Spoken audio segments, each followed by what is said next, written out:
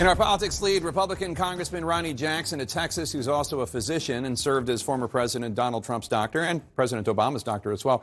He's now pushing a crazy new COVID conspiracy theory linked to Trump's big lie. Jackson posted on Twitter, quote, "Here comes the MEV, the midterm election variant. They need a reason to push unsolicited nationwide mail-in ballots. Democrats will do anything to cheat during an election, but we're not going to let them," unquote. Congressman Jackson completely discarding the physician's Hippocratic oath to first do no harm. But it is also worth noting South African medical experts first identified this new variant, not Democratic politicians. The World Health Organization named it and labeled it a variant of concern, not Democrats. And there is absolutely zero proof of widespread election fraud in vote by mail. Let's discuss. Ramesh, let me just start with you. So setting aside the political nature of this for a second, there's so much about this new variant we don't know.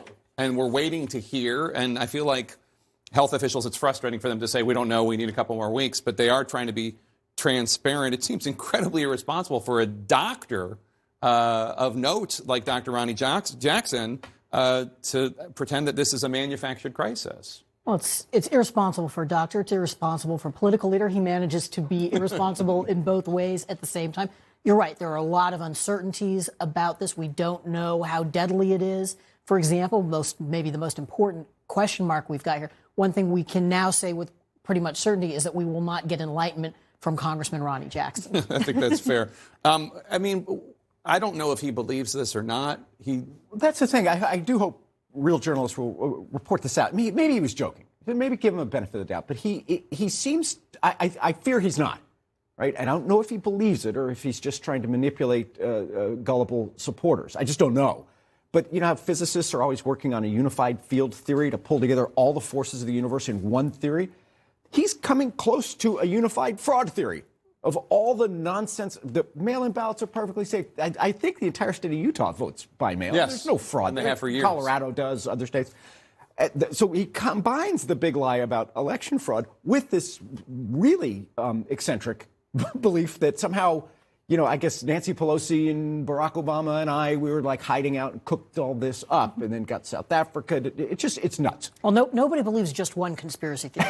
You've got to collect them all. Right. Well, what's so damaging about this, too, beyond the multiple falsehoods just in that one tweet, is that he does have the title of doctor. Right. Doctors, nurses, medical professionals are broadly, widely regarded, and they are trusted by the public. There's a reason why earlier this year, or sometime last year, the Republican Doctors Caucus did kind of a PSA ad wearing doctors' coats, encouraging people to get vaccinated because the public trusts doctors. So when you have that additional title on top of elected official, on top of politician, it is especially egregious for him to be spreading these conspiracy theories. I think beyond, obviously, the falsehoods in that tweet, what it seems he's trying to do here are sort of hone in on two things. One, voter fraud, which, of course, we know not to be true in 2020. But what we're seeing from Republicans is they think this motivates the base. So we're seeing him sort of go after that. And then also there's clearly an exhaustion from the pandemic. And we're seeing some Republicans through tweets kind of point that out with this new variant.